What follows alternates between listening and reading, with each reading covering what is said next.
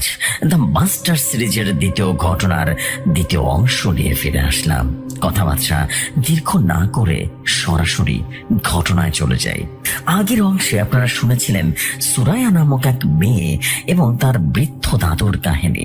আদিল সুরাইয়ার ভাইয়ের সম্রাট খান সুরাইয়ার বাবা এবং শহীদুল্লাহ হুজুর যখন সুরাইয়ার কাহিনী শুনলেন, তারপর হুজুর সুরাইয়ার বাড়িতে এসে সম্রাটের রুম থেকে কিছু জিনিস খুঁজে পায় এবং সেই জিনিসগুলোর মধ্যে অন্যতম প্রাচীন পুঁথির বই ছিল। সেই বইয়ের মাধ্যমে কিছু একটা করছিল, যার কারণে সুরাইয়াদের ঘরের মধ্যে এমন ভৌতিক ঘটনা ঘটে চলেছে। আজ আপনারা শুনবেন সম্রাট খান এবং প্রাচীন বই কোথায় পেয়েছে, আর আদিলের মৃত্যু কখন আর কিভাবে হয়েছিল, এমন আরো অনেক রহস্যের সমাধান আজ পাবেন। তাই সবাইকে বলবো আপনারা সম্পূর্ণ মনোযোগ দিয়ে শুনবেন ঘটনাটি। সুতরাং হুজুর আদিলের নিথর দেহটার দিকে তাকিয়ে স্তব্ধ হয়ে দাঁড়িয়েছিলেন। সম্রাট খান এর আশেপাশে দাঁড়িয়েছিল, কিন্তু তার আচরণ ছিল বেশ অদ্ভুত, রহস্যময় এবং এক কথায় স্বাভাবিক ছিল না। প্রিয় শ্রোতা বন্ধুরা, এখানে আমি কিছু বক্তব্য সংক্ষেপ করছি, কারণ এখানে সম্রাট খান কিছু যুক্তি দেখিয়েছিল শয়তানের কাছে সাহায্য নেওয়ার ব্যাপারে। সম্রাট খানের যে যুক্তি কথাগুলো দিচ্ছিল তা সমাজের সেই বিশেষ গোষ্ঠীর মতো যারা সৃষ্টিকর্তার অস্তিত্ব মানতে চায় না। আমার এই প্ল্যাটফর্মে এরকম হাস্যকর এবং ইমান বিধ্বংসী যুক্তি প্রচারের কোনো ইচ্ছে নেই। এরা মুখে বলে আর তারা স্রষ্টাকে মানে, কিন্তু আসলে শুধুমাত্র তারা আল্লাহ এবং দ্বীন ইসলামের বিরোধিতা করে। এদের কাজ মানব সৃষ্টির পর ইবলিস শয়তান যে চ্যালেঞ্জ করেছিল তারই বাস্তবায়ন করা। এরা সমগ্র মানব জাতির সাথে গাদ্দারি করে এবং শয়তানের এজেন্ডাদের এগিয়ে নিয়ে যাওয়ার কাজ করে। তাই সম্রাটের ওসব যুক্তিগুলো বিস্তারিত বর্ণনা এখানে আর করলাম না। সম্রাট খানের যুক্তিগুলো কিছুটা এমন ছিল: তার মা শৈশবে চলে গেলেন কেন, তার বাবা তাকে ঠিকঠাক মতো লালন পালন কেন করলেন না, তার স্ত্রী কেন মারা গেল, ইত্যাদি ইত্যাদি। সত্যি বলতে, মানুষ যখন শয়তানের বশীভূত হয়ে যায়, সে তখন শুধুমাত্র অযৌক্তিক যুক্তি আর অজুহাত দেখাতে থাকে। শয়তান তার মনে একরকম স্বতঃস্ফূর্তভাবে প্রশ্ন জন্ম দিয়ে দেয়। ব্যক্তি সেগুলো জানে রীতিমতো আটকে থাকে এবং ধীরে ধীরে শয়তানের আরো নিকটবর্তী হয়ে যায়। চলুন এবার আসি সম্রাট খান কোথায় পেয়েছিল সেই বই, সেই প্রসঙ্গে। সম্রাট দেশের একজন সরকারি অফিসার। তার একজন বন্ধু ছিল যার সাথে সে নানান বিষয় গভীর আলোচনা করত। সত্যি বলতে, এই বন্ধু নিজেও একজন কঠোর অবিশ্বাসী ছিল। সে সবসময় সম্রাটকে নানাভাবে ভুল দিকে বুদ্ধি দিতে এবং বুদ্ধি দিয়ে সাহায্য করত। একদিন সেই বন্ধুটি তাকে বলল, শ্রোতা বন্ধুরা, বন্ধুটির নাম আকরাম। আকরাম প্রায় সম্রাটকে একটা গোপন সংগঠনের গল্প শোনাতো। এক সংগঠন যা মানুষের চোখের আড়ালে কাজ করে থাকে এক মহাশক্তির জন্য, যে শক্তি তাদের অর্থ, সম্পদ, জীবনের সকল ইচ্ছা পূর্ণ করতে সক্ষম। এই সংগঠনের লোকেরা এমনকি মৃত্যুকে নাকি জয় করেছে বলে দাবি করত। সম্রাট প্রথমে বিশ্বাস করেনি, কিন্তু তার মনের গভীরে এক অদ্ভুত কৌতূহলের সৃষ্টি হয়। একদিন আকরাম সম্রাটকে বলল, সম্রাট, তুই আমার কথা বিশ্বাস করিস না? আজ আমার সাথে চল, তোকে এমন এক জিনিস দেখাবো যা তোর চিন্তার বাইরে চলে যাবে, বুঝতে পেরেছিস? সম্রাট তখন জিজ্ঞেস করলো, কি দেখাবি? আকরাম তখন বলল, আজ রাতে তৈরি থাক, তোকে এক অলৌকিক দৃশ্য দেখাবো, তৈরি থাকিস। সম্রাট মনে কৌতূহল যেন আরো গাঢ় হয়ে গেল। বিকেল বেলা কাজ শেষ করে আকরাম তার গাড়ি নিয়ে সম্রাটের সাথে রওনা দিল। একটা সময় পরে আকরামের গাড়ি চট্টগ্রামে যাওয়ার পথে এক ঘন জঙ্গলের ভেতর দিয়ে চলতে শুরু করলো। লোকালয় থেকে বহু দূরে গাড়িটি শেষমেশ থামলো ভারত বাংলাদেশ সীমান্তের পাশের এক ছোট্ট নিঃসঙ্গ গ্রামে। গ্রামের লোকজন দেখতে কিছুটা অদ্ভুত, আলাদা ধরনের। আকরাম গাড়িটি এক ঝুপড়ি ঘরের ভেতরে ঢুকিয়ে কিছুটা খড়কুটো দিয়ে ভালো করে ঢেকেছিল। তারপর সে গ্রামের 4-5 জন লোকের সাথে সম্রাটকে নিয়ে হাঁটা শুরু করলো। সূর্য ডুবে যেতেই জঙ্গলের ভেতরে অন্ধকার খুব দ্রুতই নেমে এলো, যেন কারো চাদরে ঢেকে গেল। আকরাম আর স্থানীয় লোকেরা হারিকেন জ্বালিয়ে সম্রাটকে নিয়ে সে জঙ্গলের গহীনের দিকে এগোতে লাগলো। হারিকেনের হালকা আবছা আবছা আলোয় জঙ্গলের গাছগুলো বিশাল ছায়ার মতো দেখা যাচ্ছিল। চারদিকে নানা রকম পশু পাখির ডাক শোনা যাচ্ছিল, যা সেই নিস্তব্ধতাকে আরো ভয়ঙ্কর করে তুলছিল। কিছু দূর যাওয়ার পর স্থানীয়রা হারিকেনের আলোটা নিভিয়ে দিল। নিবিড় নিস্তব্ধ অন্ধকারে সবাই রীতিমতো সম্পূর্ণরূপে আচ্ছন্ন হয়ে গেল। সম্রাটের মনে ভীতি কাজ করতে লাগলো। পরিবেশটা ছিল দম বন্ধ করা। হঠাৎ গ্রামের লোকেরা তাদের মুখ দিয়ে এক ধরনের বিশেষ পাখির ডাকের মতো আওয়াজ করলো। সঙ্গে সঙ্গে জঙ্গলের আরো গভীর থেকে একই রকম ডাক ভেসে এলো জবাব হিসেবে। মানুষগুলো কোনো আওয়াজ না করে সেই ডাকের উৎসের সাথে এগোতে লাগলো। অন্ধকারের মধ্যেও তারা যেন তাদের পথ জানে। আবারও সেই পাখির ডাকের মতো শব্দ শোনা গেল আরো গভীর থেকে। তারা সেই ডাককে অনুসরণ করে জঙ্গলের আরো গহীন এবং অন্ধকারে প্রবেশ করতে লাগলো। মনে হচ্ছিল কোন এক অদৃশ্য ডাক তাদেরকে আহ্বান করছে, আর তারা অন্ধভাবে সেই ডাক অনুসরণ করে চলেছে। সম্রাট খান মাথা উঁচু করে শুধু অন্ধকার আকাশের দিকে তাকানোর চেষ্টা করছিল, যেখানে দানব আকার গাছের ডালপালা এবং ভূতুরের ছাঁচনি তৈরি করেছিল। কিছুক্ষণ পরে তাদের চোখ অন্ধকারে বানিয়ে গেল। আবারও সাথের সে লোকগুলো সে নির্দিষ্ট স্থানে ডাক তুলল। জঙ্গল থেকে তার জবাব এলো। তারা এবার এগিয়ে গেল। হঠাৎ করে আকাশে মেঘের গর্জনের মতো এক অদ্ভুত শব্দ শোনা গেল। বৃষ্টি শুরুর আগে সেই দূরের গর্জন। সম্রাটের মনে তখন একটাই প্রশ্ন ঘুরপাক খাচ্ছিল, তারা আসলে কোথায় যাচ্ছে? আকরাম তখন তাকে জানালো তারা এখন ভারতের সীমান্তের প্রবেশ করছে। একটু এগোলেই তারা তাদের গন্তব্যে পৌঁছে যাবে। জঙ্গলের একেবারে গহীনে এক বিশাল বটগাছের নিচে এক কুড়ে ঘর। চারদিকে নিবিড় অন্ধকার। ঘরটি রীতিমতো কোথাও এক টুকরো আলোর রেখা ছিল না। সবাই ঘরের সামনের দিকে দাঁড়ালো এবং আকরামরা কিছু একটা মন্ত্র শব্দ পড়ে উচ্চারণ করলো। সঙ্গে সঙ্গে কাঠের দরজাটি যেন নিচ থেকে খুলে গেল। ভেতরে ঢুকে দেখা গেল মোমবাতি জ্বলছে, কিন্তু তার আলো ঘরের কারো অন্ধকারকে তাড়াতে পারছিল না, বরং একটা ভূতুরে ঝলমলে আবহ তৈরি করছিল। হালকা আলোয় আধা আধি দেখা যাচ্ছিল ঘরটির অভ্যন্তর। সবাই একে একে ভেতরে প্রবেশ করলো। এক ব্যক্তি ঘরের এক উঁচু জায়গায় গিয়ে দাঁড়িয়েছিল। সবাই তার দিকে মাথা নত করে সম্মান জানালো। সম্রাট অন্যদের সাথে মাথা নত করলো। কারো মুখে কোনো কথা নেই, এমনকি নিঃশ্বাসের শব্দ যেন শোনা যাচ্ছিল না। নিষ্ঠুর নিস্তব্ধতা ভেদ করে উঁচু জায়গায় দাঁড়িয়ে থাকা ব্যক্তিটি সবার উদ্দেশ্যে বলা শুরু করলো, মহান সাম্রাজ্যিক প্রভুর কাছে সবাই স্বাগতম। তিনি আমাদের সকল সমৃদ্ধি এবং শক্তি দিন। আজ আমাদের একজন ভাই আমাদের প্রভুর বিশেষ আশীর্বাদ পেয়েছেন। আমাদের এই ভাই তার শেষ সময়ে এসে পৌঁছেছেন, তাই তিনি এখন 4 মহান বাফুমেটের সাম্রাজ্যিক জগতে প্রবেশ করতে অমরত্ব লাভের জন্য। তাই আমরা সবাই তাকে সাহায্য করব মহান বাফুমেটের দোয়া পেতে।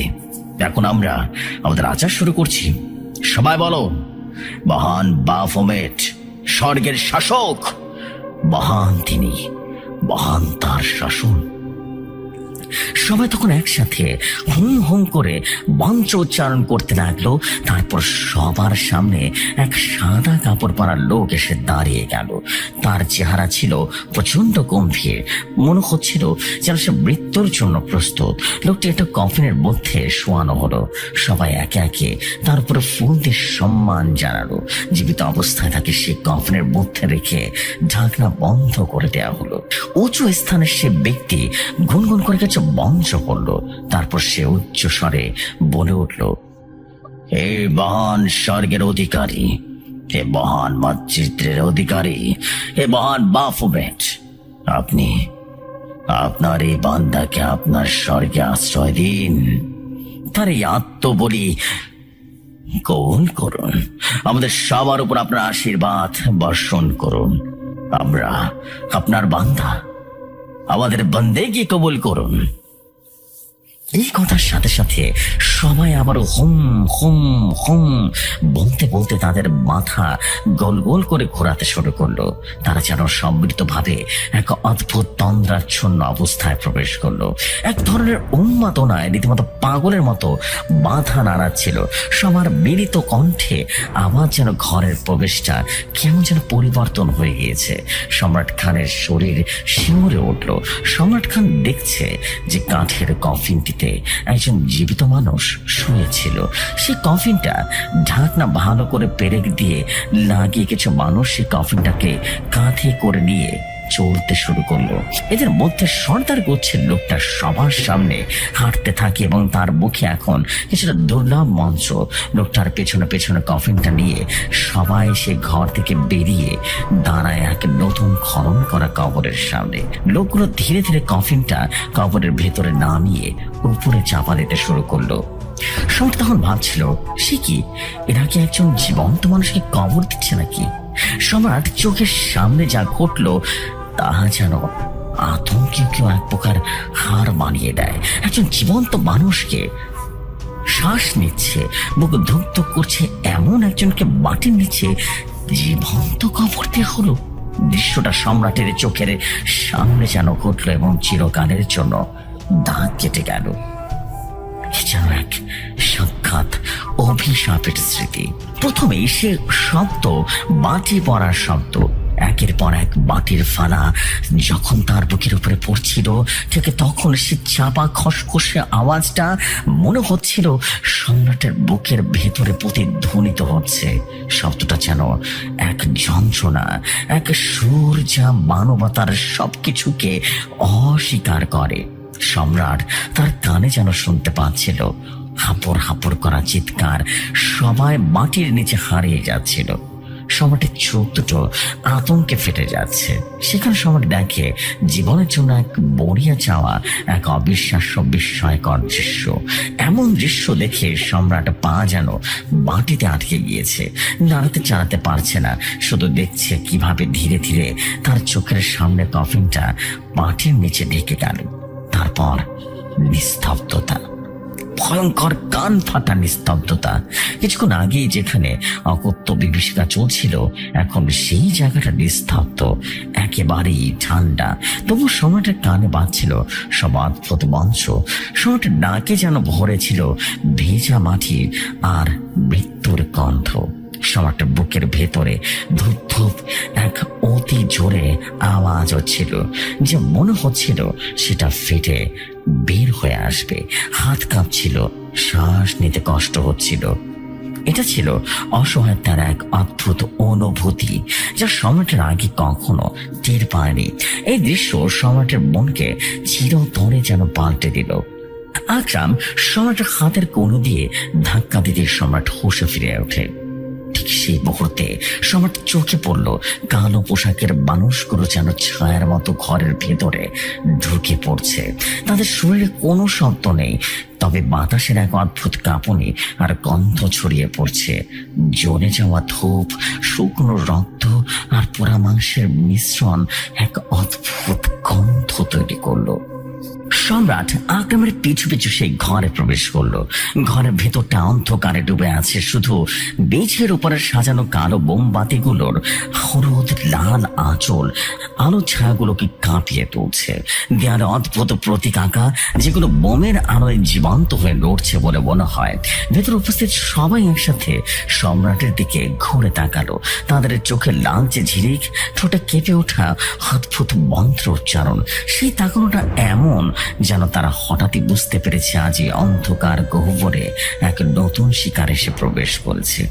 আকরাম সম্রাটের হাত শক্ত করে চেপে ধরে তাকে টেনে আনে সবার সামনে। তখন ঘরের এক কোণে বসে থাকা তাদের সে লিডার, যাকে সবাই হাই প্রিস্ট বলে ডাকে, আস্তে আস্তে মাথা তোলে। তার সামনে খুঁড়ি সাজানো, মাটিতে ছোপ ছোপ কালো রক্ত শুকিয়ে লেগে আছে। আকরাম ঝুঁকে তার কানে কিছু ফিসফিস করে কথা বলে। মুহূর্তে হাই প্রিস্টের শুকনো মুখে এক বিকৃত হাসি ফুটে ওঠে, যেন দাঁতের ফাঁকে শ্বাসের সাথে বেরিয়ে আসছে গলিত দুর্গন্ধ। এরপর হাই প্রিস্ট তার ঘোলা চোখ সম্রাটের দিকে স্থির করে তাকায়। সে দৃষ্টি ছিল না মানুষের, ছিল এক অজানা শূন্যতার মতো, যা ধীরে ধীরে সম্রাটের বুকের ভেতরে ঢুকে যাচ্ছে। মনে হলো সে শুধু তাকাচ্ছে না, সম্রাটের সমস্ত স্মৃতি, ভয় আর অজানা গোপন ইচ্ছাগুলো টেনে টেনে বের করে আনছে। মোমবাতিগুলো হঠাৎ করে জ্বলে উঠল, আর দেয়ালে আঁকা প্রতীকগুলো জীবন্ত হয়ে কেঁপে উঠল।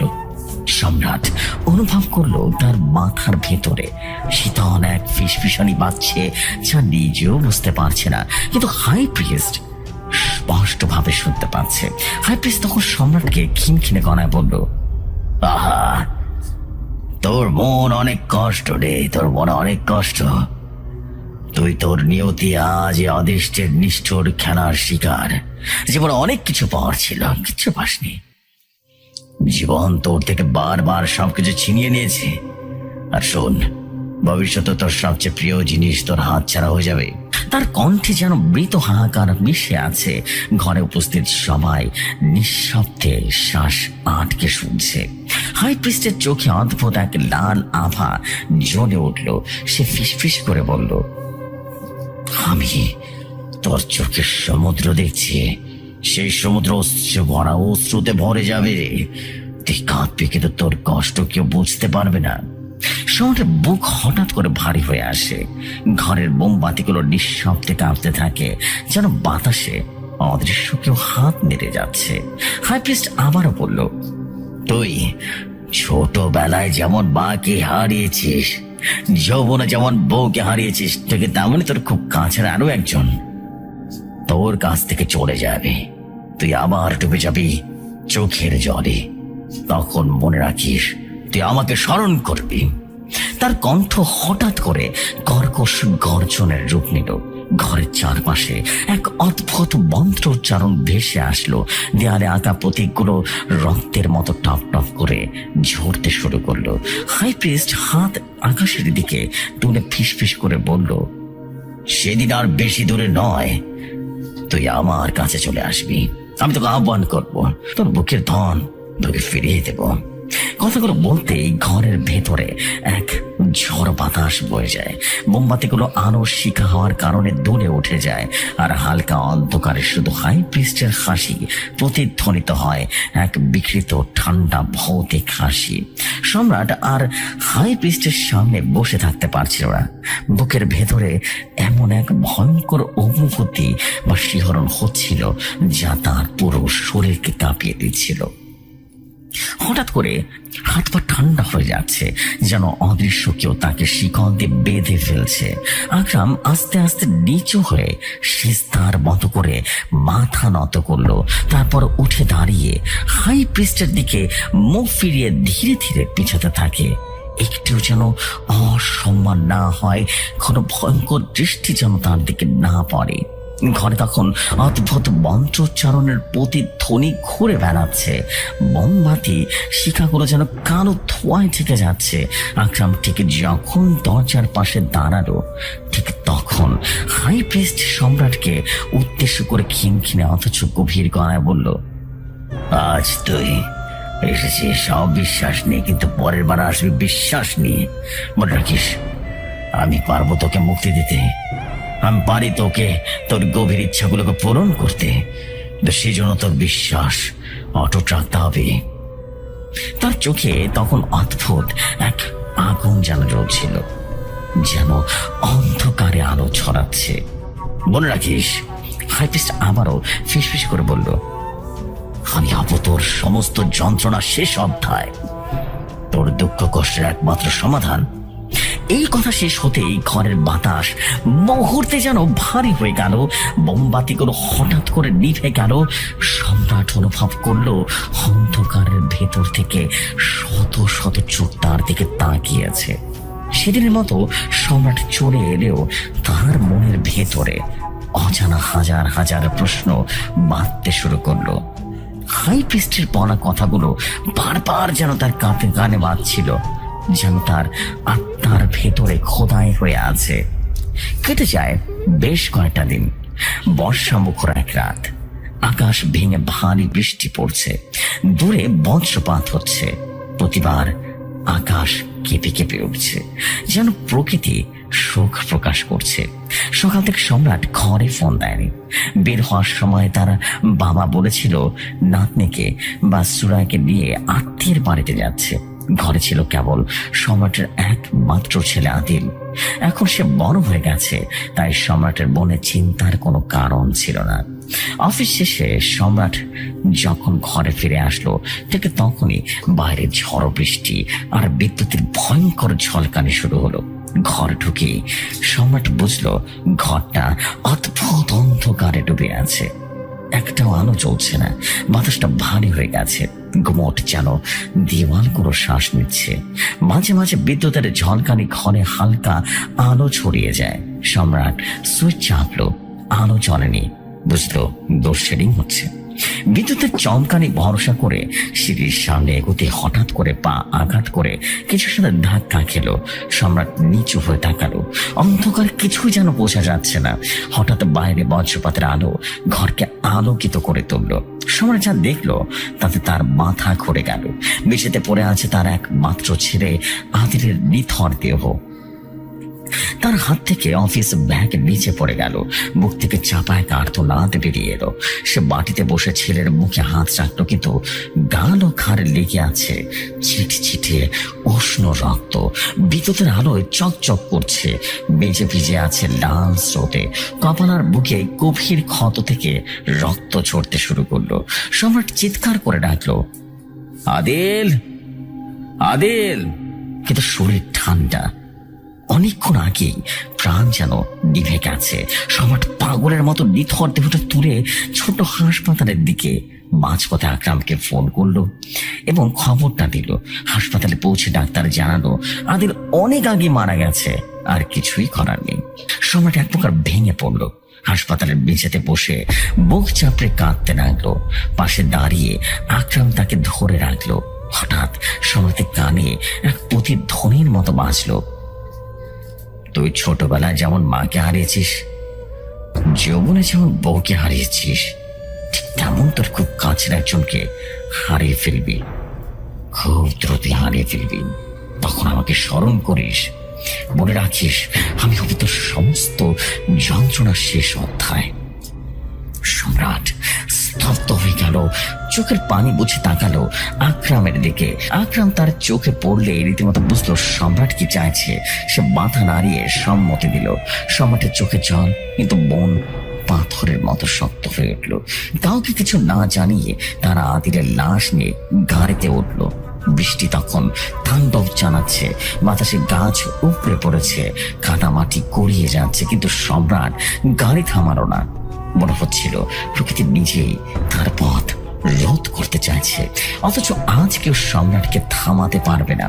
অবশেষে তারা পাহাড়ি গ্রামের জঙ্গলের সামনে এসে দাঁড়ালো এবং পৌঁছে গেল। তখন রাত আরো গভীর, সময়টা ডেভিল আওয়ার।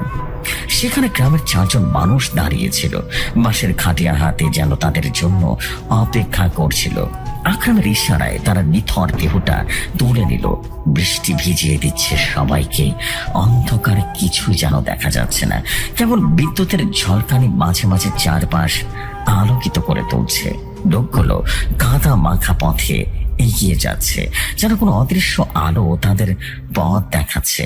অবশেষে তারা পৌঁছে গেল সেই অভিশপ্ত ঘরের সামনে। গাছের ভিতরে লুকানো অন্ধকারের গর্ভে দাঁড়িয়ে থাকা রহস্যময় আশ্রয়। ভেতরে বসে আছে হাই প্রিস্ট, প্রস্তুত, স্থির। তার চারপাশে মোমবাতির শিখা ঝিকমিক করছে এবং ধূপের গন্ধে চারিদিকটা ভারী হয়ে উঠেছে। কেউ কোনো কথা না বলে হাতের ইশারায় আদিলের দেহ বেদির উপরে শুয়ে দেওয়া হলো। সম্রাটের মনে হলো এখানে আর কিছুই বলার নেই। হাই প্রিস্ট সব জানে এবং সবকিছুই জানে। সে শুধু অপলোকে তাকিয়ে রইল হাই প্রিস্ট আর তার চারপাশে অদ্ভুত মানুষগুলোর দিকে। তার বুকের ভেতরে কেমন একটাই প্রার্থনা, তার ছেলে যেন আবারও তার বুকে ফিরে আসে। আকাশ তখন ঝড় বাতাস বর্জ্যের মতো গর্জন করছে। হাই প্রিস্ট মন্ত্র উচ্চারণ করলো। কণ্ঠ যেন অমানবিক, শব্দগুলো যেন বাতাসে কেটে যাচ্ছে। শুরু হলো এক অলৌকিক অবাস্তব রিচুয়াল, যার কোনো ব্যাখ্যা বিজ্ঞানের বইতে নেই। ঘরের চারপাশে নিস্তব্ধতা নেমে এলো। মাঝখানে পাথরের বেদি, তার উপরে নিথর পড়ে আছে আদিলের দেহটা। চারপাশে কালো পোশাকের মানুষের মাথা নিচু, ঠোঁট কাঁপছে মন্ত্র উচ্চারণে। বেদির চার কোণে দাঁড়িয়ে আছে চারটি লোহার খাঁচা, যার ভেতরে অদ্ভুত ধাতব বৃষ্ট প্রদীপ জ্বলছে। আগুনের শিখা সাধারণ আগুনের মতো নয়, সবুজ আবার বিকৃত আলো ছড়িয়ে দিচ্ছে। হাই প্রিস্ট আস্তে আস্তে দাঁড়ালো। তার গলায় কাঁচের লকেটটা ঝুলতে লাগলো।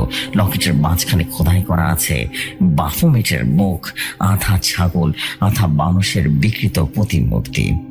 হাই প্রিস্ট হাত দুটো রীতিমতো আকাশের দিকে ছড়িয়ে গর্জে উঠল, হে মহাপ্রভু বাফমেট, ছায়ার রাজা, মৃত্যুর সীমাহীন প্রহরী, গ্রহণ করো আমাদের এই রক্ত, গ্রহণ করো আমাদের আত্মহুতি, আমাদের দাও তোমার শক্তি, ফিরিয়ে আনো মৃতকে জীবিত দেহে।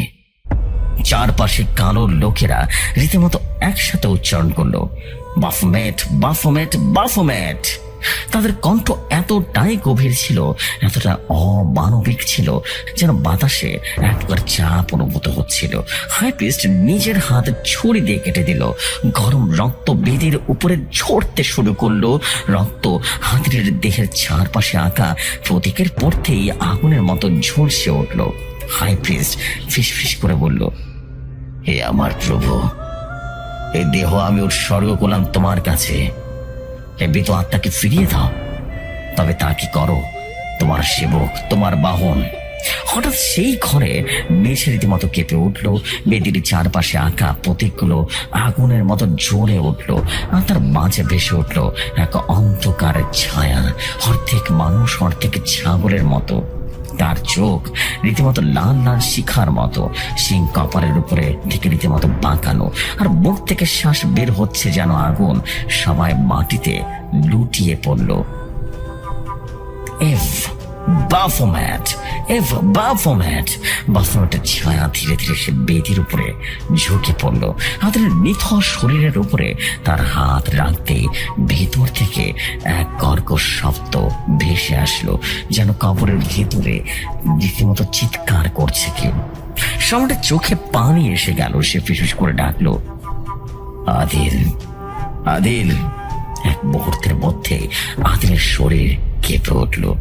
ঠোঁট ফেটে এক গাঢ় শব্দ বের হলো, বাবা। কিন্তু তার চোখ খুলতে সম্রাট আতঙ্কিত হয়ে গেল। সে পিছিয়ে গেল। সেই চোখে আর সেই স্নিগ্ধতা নেই, বরং দুটো অগ্নি শিখার মতো জল জল করছে। হাই প্রিস্টের মতো পাগলের মতো হাসতে লাগলো আর বলল,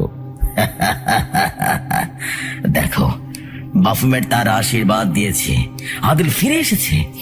কিন্তু এখন সে শুধু তোমার নয়, সে বাফুমেটের সন্তান। ঘরের ভেতরে মোমবাতিগুলো নিজের কোণে এবারে পড়তে লাগলো। দেয়ালে অদ্ভুত প্রতীক ফুটে উঠল, আর আদিলের কণ্ঠে ভৌতিক প্রতিধ্বনি হলো, আমি ফিরে আসছি। আদিল উঠে দাঁড়িয়ে হাসতে হাসতে বেহুশ হয়ে মাটিতে পড়ে গেল। সম্রাট এগিয়ে যায় আদিলের দিকে। আদিল মাথাটা কোলে তুলে আদিল মুখের দিকে তাকিয়ে রয়েছে সম্রাট খান। বৃষ্টি তখনও চলছে। কপাট বন্ধ করে শুধু মশালের লালচে আলো জ্বলতে শুরু করলো।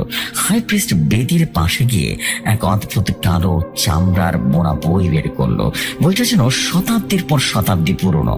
পাতাগুলো অদ্ভুত ভাবে শুকনো, রক্তের মতো বাদামি।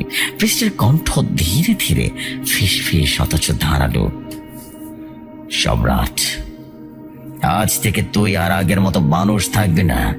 তোর আত্মা বাঁধা পড়েছে প্রভু বাফমেটের সাথে।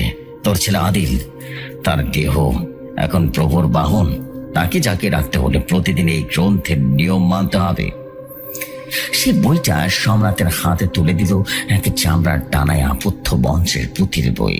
বইয়ের প্রথম পাতায় আঁকা এক বিকৃত ছবি, এক অর্ধ ছাগল অর্ধক মানুষ, যার চোখ থেকে আগুন বের হচ্ছে, বুকের মাঝে অদ্ভুত প্রতিকার, হাতে ধরা উল্টো ক্রুশ। ছবির চারপাশে লেখা লাতিন এবং আরবি অক্ষরের মতো কিছু অচেনা চিহ্ন এবং বংশ। প্রিস্ট গর্জে উঠল, প্রতিদিন রাতের অন্ধকারে তোকে আদিলের কপালের প্রতীক আঁকতে হবে। রক্ত ছাড়া প্রতীক কিন্তু জ্বলবে না। নিজের রক্ত ব্যবহার করতে পারিস বা অন্যের। সেটা থেমে আরো নিচু এবং কঠিন কণ্ঠে বলে উঠল, বলে রাখিস, প্রভুকে সন্তুষ্ট করতে হলে সাধারণ প্রার্থনা নয়, তোর নিজের ধর্মকে অস্বীকার করে প্রার্থনা করতে হবে। যে নাম তুই একজন শ্রদ্ধায় জপেছিস না, সে নাম অপমান করতে হবে, তাহলে বাফুমেট তোর ঘরে প্রবেশ করতে পারবে। বইয়ের আরেকটা পাতা খুলে সম্রাটকে দেখালো। সেখানে লাল রঙের লেখা এক মন্ত্র চারপাশে ছাগলের মাথার বিকৃত প্রতীকে ঘিরে রয়েছে। এই মন্ত্র প্রতিদিন পড়বি, মনে রাখিস।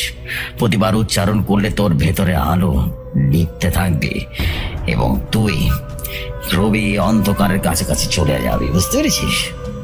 পৃষ্ঠের চোখ তখন ভয়ঙ্কর ভাবে জ্বলতে শুরু করলো। সে শেষবার ফিসফিস করে বলল, আদিল এখন তোর ছেলে নয়, সে প্রভুর সন্তান।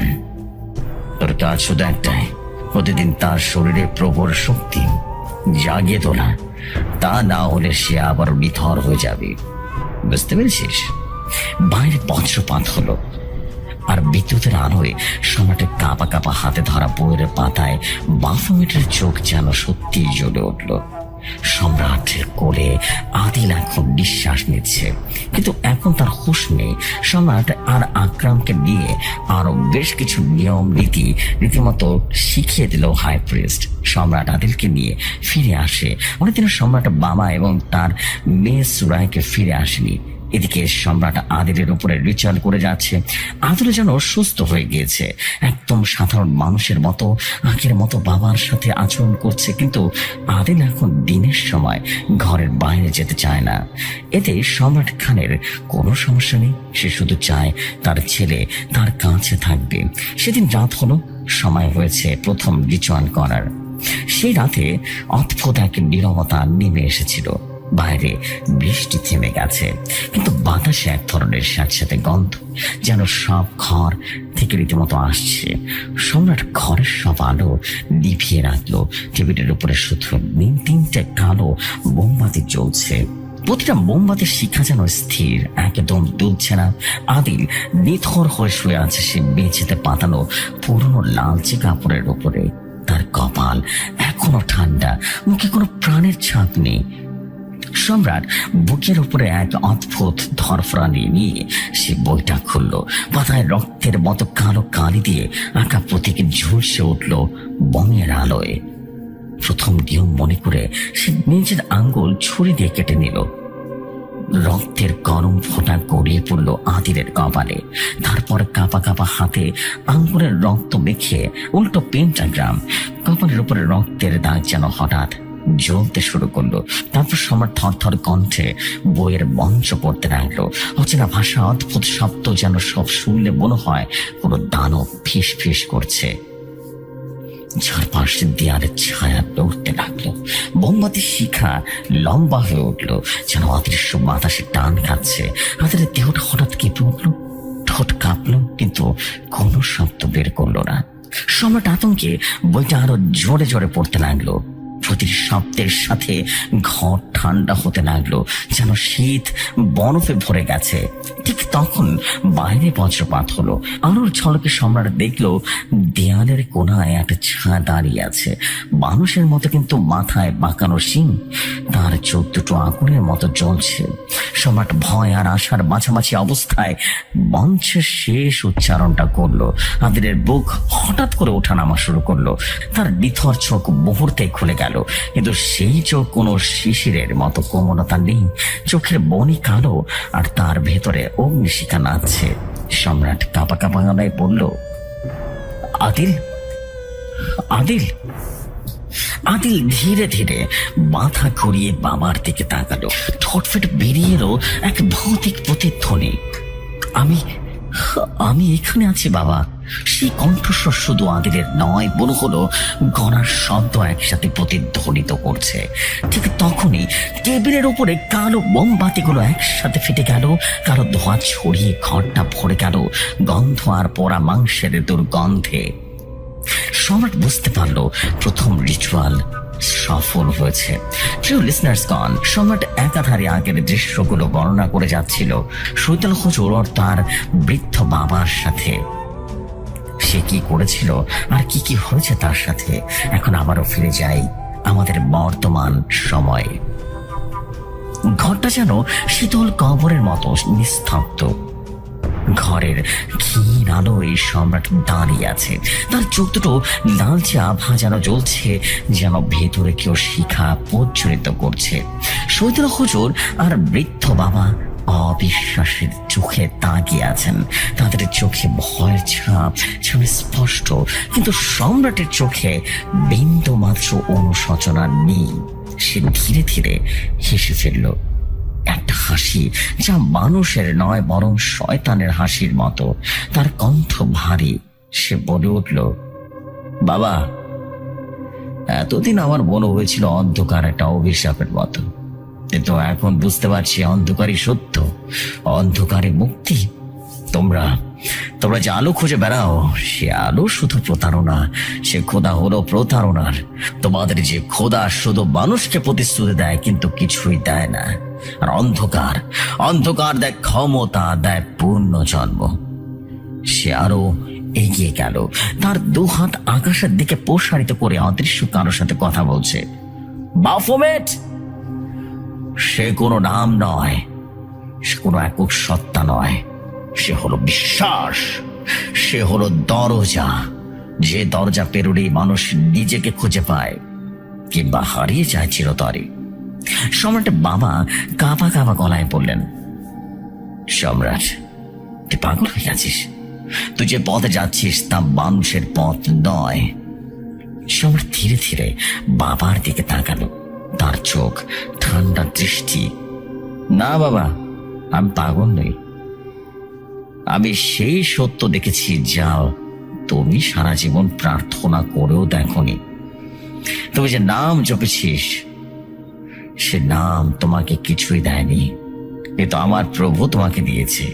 আমার ছেলেকে ফিরিয়ে দিয়েছে, আমাকে দিয়েছে অসীম শক্তি, ক্ষমতা, অর্থ, সম্পদ, সবকিছু দিয়েছে।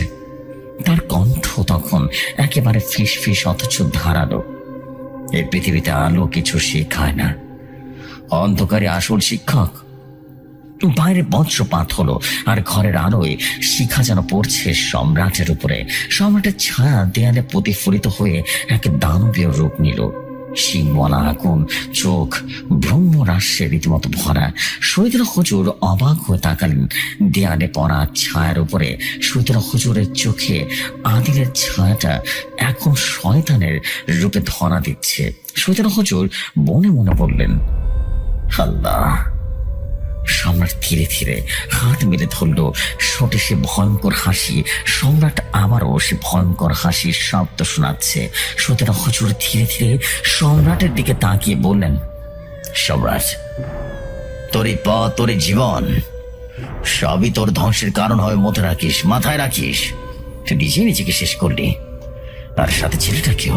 তুই বুঝলি না যে শয়তানের কারসাজি তোর উপরে চলছিল। তুই যখন যে জঙ্গলে গেলি, সেখান থেকে তুই শয়তানের আরো নিকটে চলে গেছিলিস, আর শয়তান তোকে দিয়ে তোর ছেলেকে নিয়ে গেছে।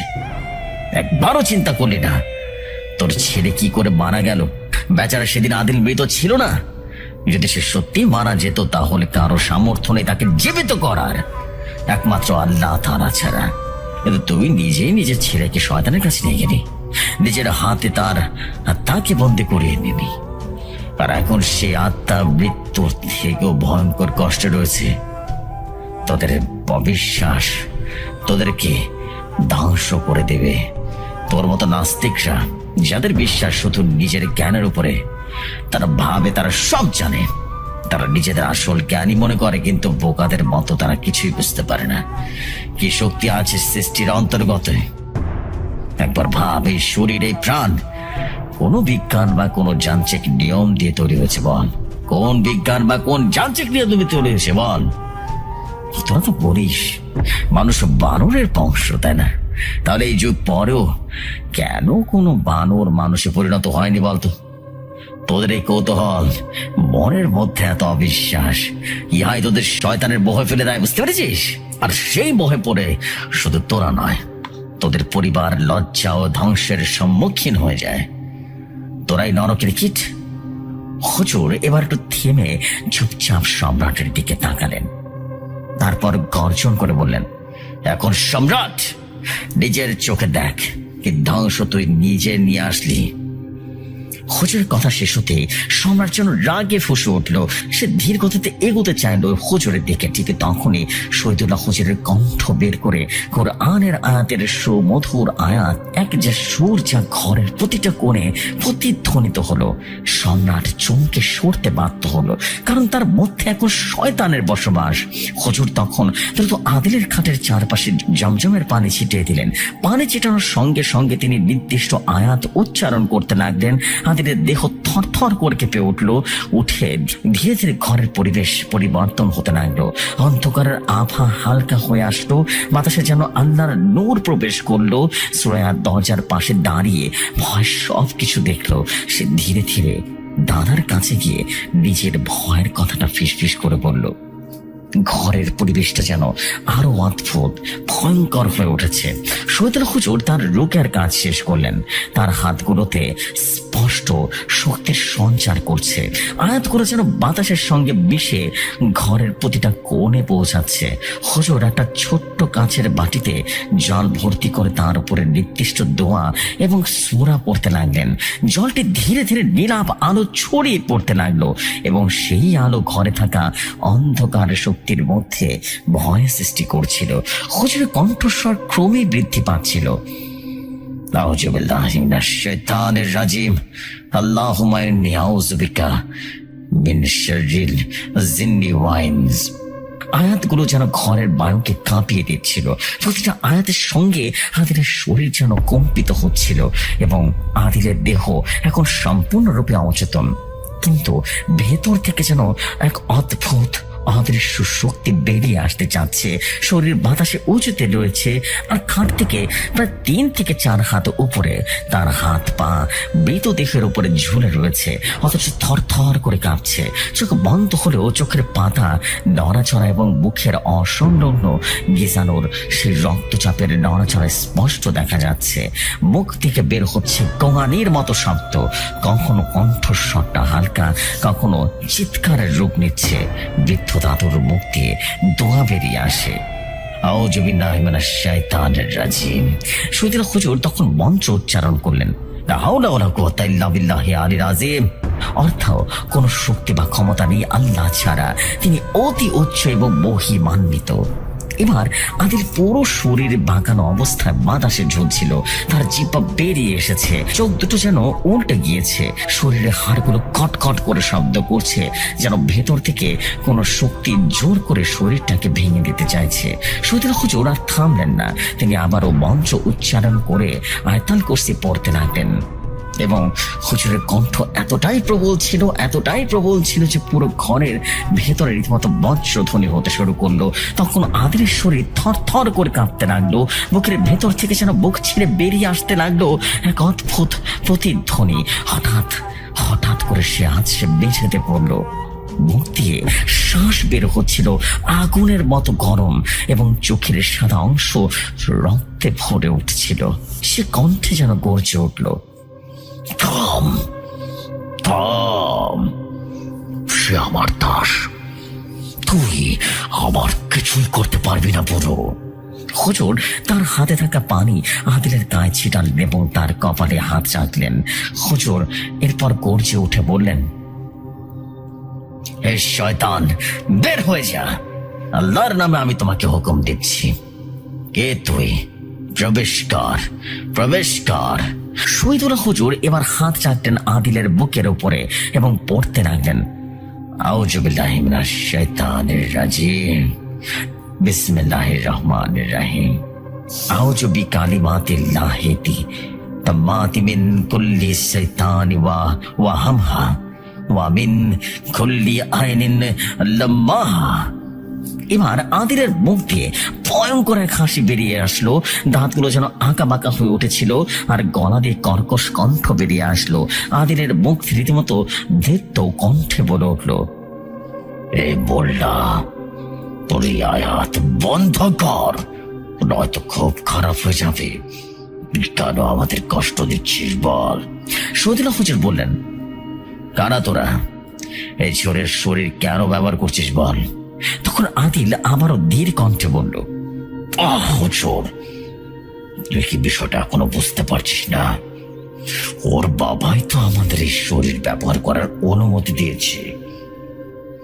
সেখানে তুই কে? তুই তোর কাজ কর, গিয়ে যা, ছেলে মেয়েদের পড়ালেখা করা, তাদের মানুষ কর। এইখানে এসে কেন কষ্ট দিচ্ছিস আমাদেরকে? শহীদুল্লাহ হুজুর বললেন, নরকের কীট, তোর সাহস কি করে হয় আদম জাতির উপরে শরীর ব্যবহার করতে? হ্যাঁ, তারা কি জানিস না মানব শরীরে তোর জন্য আবাসস্থল নেই? আবার তোরা এই মেয়েটাকে কষ্ট দিচ্ছিস, হ্যাঁ, তার আমলে বাধা দিয়েছিস। তোরা মেয়েটাকে ইমানটা রীতিমতো ছিনিমিনি খেলছিস। এত সাহস তোদের, এতটা সাহস? তখন আদিল রাগান্বিত সরে বলল, শহীদুল্লাহ, তুই বেশি বাড়াবাড়ি করছিস। রাগে তুই আমাদের কাছে বাধা প্রদান করেছিস, তার জন্য তোকে কঠিন শাস্তি পেতে হবে। আর এখন আবার আমাদের সাথে দুশ্মনী করে তোর কান হয়ে দাঁড়াবে। তোর পিছনে শিয়াগত হাত থেকে দূরে পড়ে আছে, দেখ। আর এখন আমাদের সাথে দুশ্মনী করার ফল কিন্তু ভালো হবে না। তুই আমাদের চক্রের চোখে পড়ে যাবি। তাই বলছি, আমাদের মতো থাকতে দে। তুই শিয়াগত থেকে কি করে বাঁচবি সেটা খুঁজে বের কর। শহীদুল্লাহ হুজুর বললেন, তোরা আমার জন্য চিন্তা করা বাদ দে। তোরা এখন তোদের সাথে কি করতে হবে সেটা নিয়ে চিন্তা কর, বুঝতে পেরেছিস? এই বলে শহীদুল্লাহ হুজুর আরো জোরে জোরে আয়াত পড়তে শুরু করলেন, আর আদিলের শরীর গলা কাটা পশুর মতো গড়াগড়ি করতে শুরু করলো। আদিলের মুখ তখন বিকট আর্ত চিৎকার করে উঠলো। শহীদুল্লাহ হুজুর আদিলের ভেতরে সে শয়তানটাকে প্রায় কাবু করা শুরু করে দিয়েছে। ঠিক তখনই আদিল মুখ দিয়ে রীতিমতো আদিলের কণ্ঠ থেকে রীতিমতো ভেসে আসলো, বাবা, আমাকে বাঁচাও, কি বড়টা আমাকে মেরে ফেলবে। আদিলের মুখে তার বাবার জন্য আকুতি। তখন সম্রাট উঠে এসে শহীদুল্লাহ হুজুরকে থামাতে যায়, কিন্তু সম্রাটের বাবা সম্রাটকে বাধা দেয়, আটকে রাখে। শহীদুল্লাহ হুজুরের মুখ দিয়ে রীতিমতো দোয়া পড়া যেন বেরিয়ে গেছে, আরো বেড়ে গেছে। সময় কম, বৃদ্ধ মানুষটা তার সম্রাটকে আটকাতে পারবে না। শহীদুল্লাহ হুজুরের পেছনে দাঁড়িয়েছিল সুরাইয়া। ঘরের দরজা তখন খোলা, এবং সুরাইয়া যে দরজার সামনে ভয় জড়সড় হয়ে দাঁড়িয়ে কাঁপছে। বৃদ্ধ লোকটা বহু কষ্ট সম্রাটকে হুজুরের কাছ থেকে দূরে রাখার চেষ্টা করছেন। আদিলের শরীরটা সাপের মতো গুটিয়ে আসছে। শহীদুল্লাহ হুজুর তখন হাত তুললেন, দোয়ার গতি যেন বেড়ে গিয়েছে। হুজুর শরীরটা ঘেমে উঠেছে, কপালে ফোঁটা ফোঁটা ঘাম জমছে। আদিল ছটফট করছে আর বিকট চিৎকার করছে, বেশিতে গড়াগড়ি খাচ্ছে, আর সম্রাটের মুখ দিয়ে এক অশ্রাব্য গালিগালাজ করছে। শহীদুল্লাহ হুজুর তার হাত আদিলের পেটে রাখলেন, এবং অদৃশ্য কিছু থেকে ধাক্কা খাওয়ার মতোটা ধাক্কা দিচ্ছে আদিলের মুখের দিকে। হুজুর হাত উপরে তুলতে কষ্ট হচ্ছে, হুজুর হাতকে কিছুটা বাধা দিচ্ছে। হুজুর চেহারায় কষ্টের চিহ্ন ফুটে উঠল। আদিলের গলা পর্যন্ত হাত নামলো, এবং হুজুর প্রায় 3 মিনিট সময় কাঁদছে। হুজুর তখন আদিলের গলা পর্যন্ত হাত নিয়ে আসে। আদিলের গলাটা ফুলে ওঠে, দেখে মনে হচ্ছিল গলায় বিশাল বড় বড় আলো পেশে দিয়েছে। হুজুর যেন সে আলোগুলোকে হাত দিয়ে ধাক্কা দিয়ে বাহির করার জন্য চেষ্টা করছেন। ঘরের আবহাওয়া তখন ভয়ঙ্কর হয়ে যেতে শুরু করলো। ঘরের জানালা দমকা বাতাস খুলে গিয়েছে, ঘরের ভেতরে প্রচন্ড পরিমাণে বাতাস বইছে। ঘরের লাইটগুলো যেন নিভু নিভু হয়ে যাচ্ছে, আলো কমে আসছে। শহীদুল্লাহ হুজুর আরো জোরে শব্দ করে আয়াত পড়ে যাচ্ছেন। একটা সময় মনে হলো আদিলের মুখ দিয়ে একটা কালো ধোঁয়া বেরিয়ে আসে, এবং শহীদুল্লাহ হুজুর আরেক লাঠিটা নিয়ে তার দোয়াতে লাগাতে রীতিমতো দোয়া লাঠির মতো ভেতরে মিশে যায় এবং শহীদুল্লাহ হুজুর গলা শুকিয়ে আসে। ধমনীতে কষ্ট হচ্ছে, কিন্তু হুজুরের দোয়া যেন করা কমছে না। দ্বিতীয় কালো ধোঁয়াটা রীতিমতো আগুনের ফুলকির মতো আদিলের মুখের ভেতরে দেখা যাচ্ছে। তখন আদিলের চিৎকার আরো বেশি বিকট হয়ে গেল। ঠিক তখন এমন এক বিষয় হয়ে যাবে শহীদুল্লাহ হুজুর চিন্তাও করতে পারেনি। শহীদুল্লাহ হুজুরের যে ভয় পেয়েছিলেন সেই ভয়টাই কালো মূর্তি হয়ে হুজুরের সামনে দাঁড়িয়ে আছে ভয়ঙ্কর রূপে। সমস্ত বিষয়টিকে মাত্র কয়েক সেকেন্ডের মধ্যে ঘটে গেল এবং মুহূর্তে সে বিষয়টা পরিপূর্ণভাবে পরিবর্তন হয়ে যায়। শহীদুল্লাহ হুজুরের দ্বিতীয় জিনটাকে প্রায় বাইরে করে নিয়ে এসেছিলেন। ঠিক তখনই বাইরে থেকে এক বিকট বাতাসের শব্দ যেন ঘরের মাঝে এসে পড়ল। সে বাতাস বৃদ্ধ দাদুকে ছিটকে রীতিমতো দরজার উপরে মারলো এবং কপাটটা ফেটে যায়। শহীদুল্লাহ হুজুর কিন্তু আদিলের গলা তখনও ধরে রেখেছে, কিন্তু সম্রাটের চোখ এক পলকে পরিবর্তন হয়ে গেল। সম্রাট খানের মুখে ফুটে উঠেছে এক শয়তানি হাসি। সম্রাট উঠে দাঁড়ালো এবং তার চোখ হিংস্র পশুর শিকারীর মতো করে তাকিয়ে থাকলো হুজুরের দিকে। চোখ দেখে বোঝা যায় সম্রাট এখন পৌঁছেছে। সম্রাটের মুখ এক ভয়ঙ্কর হাসি ফুটে উঠলো। সে হাসতে হাসতে এক লাফে গিয়ে সুরাইয়ের গলা চেপে ধরলো এবং পেছন থেকে ধরলো। সুরাইকে টান দিয়ে দাঁড় করিয়ে শহীদুল্লাহ হুজুরের সামনে গিয়ে দাঁড়ালো। ঘরের মধ্যে তখন এক বিভীষিকাময় অবস্থা। একদিকে শহীদুল্লাহ হুজুর আর আদিলের গলা ধরে দাঁড়িয়ে আছে, আর অন্যদিকে সম্রাট সুরাইয়ের গলা ধরে দাঁড়িয়ে আছে, আর বৃদ্ধ দাদু দরজার গোড়ায় দাঁড়িয়ে আছে সম্রাটের পেছনে। সম্রাট মুক্তি বিকট শব্দ ভেসে আসলো, শহীদুল্লাহ, অনেক শক্তি দেখেছিস, এবার তোর আয়াত বন্ধ কর, ওদেরকে ছেড়ে দে, নয়তো। হাতের 5 আঙ্গুল চোখের পলকে রীতিমতো বড় বড় হয়ে গজিয়ে গেল এবং সুরের গলার পাতলা চামড়াটা ভেদ করে চলে যাচ্ছে। রক্ত গড়িয়ে নখ দিয়ে রীতিমতো চিকন দানায় নেমে আসছে। শহীদুল্লাহ হুজুরের দোয়া পড়া বন্ধ হয়ে গেছে। ঘরের এখন দম বন্ধ করা এক নিস্তব্ধতা বিরাজ করছে। শহীদুল্লাহ হুজুর বুঝতে পারলো সম্রাট এখন আর নিজের ভেতরে নেই। সম্রাটের দুর্বল আত্মাকে শয়তান খুব সহজে নিজের আয়ত্তে একেবারেই নিয়ে নিয়েছে। শহীদুল্লাহ হুজুর বুঝতে পারলেন না কে সম্রাটকে ভর করেছে, তাই শহীদুল্লাহ হুজুর সম্রাটকে নাম ধরে ডাকলেন, সম্রাট, কি হয়েছে তোমার? সুরাইয়া তোমার মেয়ে, ওকে ছেড়ে দাও। আমাকে বিশ্বাস করো, এটা তোমার আদিল নয়। তুই শান্ত হও, আমি তোকে সব বুঝে বলছি, শান্ত হও, সুরাইয়াকে ছেড়ে দাও। সম্রাট তখন সম্রাট কর্কশ কণ্ঠে বলল, শান্ত হও, ছেড়ে দাও, ছেড়ে দাও, এত কেন অনুরোধ করছিস? আচ্ছা, ছেড়ে দিলে কি হবে? কিছুদিন বেঁচে থাকবে, তারপর ব্যথা যন্ত্রণা নিয়ে কি হবে বলো তো? ছেড়ে দিব, যাও, কিন্তু তোর কথা রাখলেই আমার লাভ কি? তুই তো এমনিতে আমার হাতেই মরবি, শুধু সময়ের অপেক্ষা। তোকে তো আমি বলেছিলাম আমি তোকে মরার আগে তোর সকল কাছের জিনিস নিয়ে যাব, তোর মান সম্মান সব নিয়ে তারপর তোকে মারবো। তুই যে কাজ করবি সেই কাজই আমাকে পাবি। আর এখন তো তুই আবারও মাস্টারের তৈরি চক্র বিভূতে পা দিয়েছিস। এখন তুই আবার মাস্টারের কাজে বাধা দিচ্ছিস, মাস্টারের কাজে বাধা দিচ্ছিস। এত সহজে তুই আমাদের কাজে বাধা দিয়ে যাবি? তোর কি দরকার ছিল এখানে আসার? আমাদের কোনো চিন্তাই ছিল না এই ঘরে কোনো রক্তপাত করার। তুই এসে আমাদেরকে বাধ্য করলি এমনটা করতে। এখন যদি বের কিছু হয়ে যায় তাহলে এর দায়ভার তোর উপরেই পড়বে। তাই বলছি, ওর সব ক্রিয়া বন্ধ কর, ওদেরকে ছেড়ে চলে যা। শহীদুল্লাহ হুজুর সুরাইয়ার চোখের দিকে তাকিয়ে রয়েছেন। একটা নির্দোষ আর বাঁচার আকুতি নিয়ে তাকিয়ে রয়েছে সুরাইয়া হুজুরের দিকে। হুজুরের শরীরে এক অন্যরকম শিহরণ ঘিরে গেল। এখন হুজুর দ্বিধায় পড়ে গেলেন। একদিকে মেয়েটার জীবন আর অন্যদিকে শয়তান, যাদের ছেড়ে দিলে হয়তো মেয়েটার ক্ষতি করে দিবে। আর এই শয়তানগুলো এমনটা আরো অনেক মানুষের সাথে করবে। কিন্তু হুজুর তখন চিন্তা করে নিলেন এখন সুরাইয়ার জীবন বাঁচানোটাই দরকার। তাই হুজুর নিজের তৈরি বন্ধন কাটতে শুরু করলেন এবং আদিলের মাথা থেকে তিনি তার হাতটা উঠিয়ে নিলেন। এমন সময় হঠাৎ সুরাইয়ার বৃদ্ধ দাদু এক ফুলদানি তুলে নিয়ে জোরে জোরে আঘাত করলেন সম্রাটের মাথায়। 1 সেকেন্ডের মধ্যে এত কিছু ঘটে গেল, সব এক লাইনে লিখানো, বোঝানো এক প্রকার কষ্টসাধ্য জেফরি ভাই। শহীদুল্লাহ হুজুর আদিলের মাথা থেকে হাত তুলে আদিলকে মাটিতে ছেড়ে দিলেন। আদিল মেঝেতে পড়ে গেল, আর আদিলের মুখ দিয়ে সঙ্গে সঙ্গে কালো ধোয়ার মতো কিছু একটা বেরিয়ে যেতে থাকলো। ঠিক একই সময় শহীদুল্লাহ হুজুর নিজের হাতটা বাড়িয়ে দিলেন সম্রাট খানের হাতের দিকে, যে হাত সুরার গলাটা চেপে ধরে রেখেছিল, আর অন্যদিকে বৃদ্ধ দাদু ফুলদানির আঘাত করলেন সম্রাট খানের মাথায়।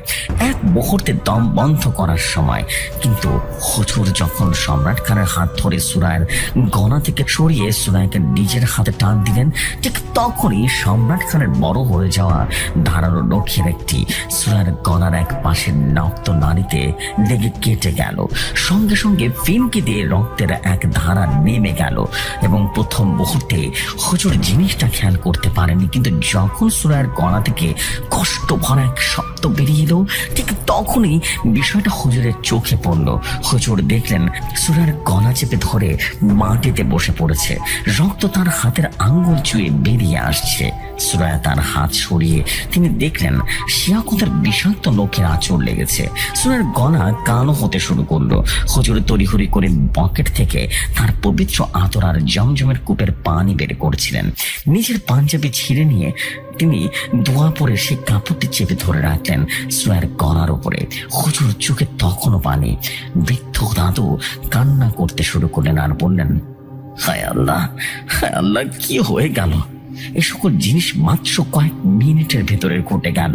ঠিক তখনই সম্রাট খানের শরীরের ভেতর থেকে শিয়াকতের জিনের রূপে আবির্ভূত হলো, আর হুজুরকে বলল, শহীদুল্লাহ, তুই আবারও হেরে গেলি। তুই বাস্টার্ডের চক্র বিভূতে হারিয়ে যাবি। তো সকল পথে তুই আমাদেরকে পাবি। এই বলে 4টি অশরীরী অবব হাসতে হাসতে বাতাসে বেড়ে গেল। সম্রাট খান তখন মাটিতে বেহুশ হয়ে পড়েছিল, আদিলের শরীরটা মাটিতে পড়েছিল। শহীদুল্লাহ হুজুর বুঝতে পারলেন শিয়াকতের বিষ ধীরে ধীরে সুরায়ের শরীরে ছড়িয়ে পড়ছে। সময় হাতে একদমই নেই। তাই শহীদুল্লাহ হুজুর সুরাইকে কোলে তুলে নিলেন এবং সেই অভিশপ্ত ঘরের বাইরে বেরিয়ে আসলেন।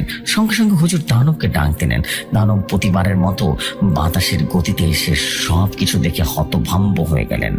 হুজুর মুখে শুধু একটাই শব্দ বেরিয়ে আসলো, আসর লাহার, অর্থ আঁচড় থেকে সৃষ্ট বিষাক্ত স্রোত। দানব সঙ্গে সঙ্গে বাতাসে মিশে গেল, আর মুহূর্তের মধ্যে আবারও ফিরে এলো। তখন দানবের হাতে ছিল এক প্রাচীন পশুর চামড়া দিয়ে তৈরি পানি রাখার পাত্র, আর সেই পাত্রটি এনে সুরায়ের মুখের সামনে ধরলো। হুজুরের সাহায্যে সে মশক বা পাত্র একটা পানীয় সে সুরায়ের মুখে ঢেলে দিল। তারপর দানব ভীতিকর কণ্ঠে বলল, হুজুর, কোনো বিপদ কাটেনি, ওকে জলদি মানবীয় চিকিৎসার প্রয়োজন হবে। তারপর দানব হুজুরের অনুমতি না নিয়ে তার শরীরের ভেতরে প্রবেশ করে বসলো, এবং সম্রাট খানের গাড়িটি বারান্দায় ছিল। এক মুহূর্তের মধ্যে গাড়ি চালিয়ে সুরাকে নিয়ে পৌঁছে দেওয়া হলো নিকটবর্তী এক হাসপাতালে। সুরা তখনও সম্পূর্ণ মৃত্যুর সন্নিক্ষণে লড়াই করছে, আর শহীদুল্লাহ হুজুরের মন এতটাই ডিপ্রেশনে চলে গিয়েছিল যে তিনি কারো সাথে দেখা করা একদম বন্ধ করে দিলেন। একদিন পর হঠাৎ করে থানা থেকে লোক আসলো হুজুরের জন্য। হুজুরকে নিয়ে আসা হলো জেলা শহরের থানায়। সেখানে এসে হুজুর দেখলেন সুরার বৃদ্ধ দাদু বিধ্বস্ত অবস্থায় পড়ে আছেন থানার এক চেয়ারে। বৃদ্ধ জীবনের শেষ বেলায় এসে আদরের নাতনির করুণী অবস্থা দেখে একেবারেই যেন ভেঙে পড়লেন। তার চোখ দিয়ে অশ্রু গড়িয়ে পড়ছিল। একজন পুলিশ সদস্য হুজুরকে রীতিমতো তার কাছে নিয়ে গেলেন, এবং তার নাম ছিল হারুনুর রশিদ। হারুনুর রশিদ হুজুরকে ভালো করে চিনতেন এবং সম্মানও করতেন। প্রাথমিক আলাপ শেষ করে হুজুরকে ডাকার কারণ হিসেবে বললেন, হারুনুর রশিদ। বলছেন হারুনুর রশিদ, হুজুর, বাইরে যে বৃদ্ধকে দেখেছেন, ওনার বাড়িতে একটা লাশ পাওয়া যায়। লাশের পাশে বৃদ্ধের ছেলেকে আমরা হাতে নাতে ধরেছিলাম। আসলে হুজুর, গত রাতে থানায় একটা কল আসে। একজন বলে এই বৃদ্ধ ঘরের ভেতরে কি সব অজানা জিনিস যেন শব্দ শোনা যাচ্ছে, আর অনেক চিৎকার চেঁচামেচি হচ্ছে। আমরা বিষয়টা প্রথমে পারিবারিক মামলা হিসেবে মনে করি, কিন্তু পরে হাসপাতাল থেকে একটা কল আসে, একজন রোগী গলায় ছুরির আঘাতের মতো আঘাত নিয়ে ভর্তি হয়েছে। আমি যখন রোগীর ঠিকানায় জানতে চাই তখন বুঝতে পারি রোগী সে এলাকায়, যে এলাকায় একটা ঘরের কমপ্লেন আমরা পেয়েছিলাম। তাই আমরা হাসপাতালে গিয়ে বৃদ্ধের সাথে কথা বলি, একটা টিম পাঠায় বাড়িতে। সেখান থেকে হাতে নাতে বৃদ্ধের ছেলে সম্রাট খানকে লাশ এবং অর্থাৎ নিজের ছেলে আদিলের মৃতদেহকে বুকে তুলে নিয়ে শুয়ে আছে। এখন সমস্যাটা হলো, সে ঘরে আমরা এমন কিছু জিনিস পেয়েছি যেগুলো কালো জাদু সংক্রান্ত বিষয়ে ব্যবহার করা হয়। আর বৃদ্ধকে জিজ্ঞেস করলে আপনার কথা বলে, তাই আপনাকে ডাকা। আপনি কি জানেন আসলে হুজুর, আজকাল অপ্রাকৃত বিষয়গুলো একটু বেশি হচ্ছে। এই তো মাস খানেক আগের কথা, ঢাকাতে এক অপ্রাকৃত বিষয় ঘটছিল। একের পর এক হত্যাকাণ্ড হচ্ছিল। জারজ নামে এক বিভীষিকার ভয় সারা শহরে ছড়িয়ে পড়েছিল। তখন একজন পুলিশ অফিসার রহিম কবিরাজ নামের একজনের সাহায্যে এই কেসটা সলভ করেছিল। কিন্তু আইনগতভাবে কেসটা কিন্তু আনসলভ হয়ে আছে। কিন্তু আমরা জানি অফিসার কেসটা সমাধান করলেও হত্যাগুলো কিন্তু বন্ধ করেছেন। তাই সম্রাট খানের কেসটা কি হয়েছে বোঝার জন্য আপনাকে ডাকা। আর বৃদ্ধ বারবার আপনার নাম বারবার বলছিলেন। তখন শহীদুল্লাহ হুজুর বললেন, হারুন সাহেব, এই দুনিয়ার চোখের সামনে এবং চোখের আড়ালে অনেক কিছু ঘটে যায়। কালো জাদু, সাদা জাদু সব কিছু রয়েছে, যা বিজ্ঞান এবং আইনের বইয়ের কোনো প্রমাণ নেই। তাই আমি বলি, এই সকল বিষয় নিয়ে বেশি চিন্তা ভাবনা না করাটাই ভালো।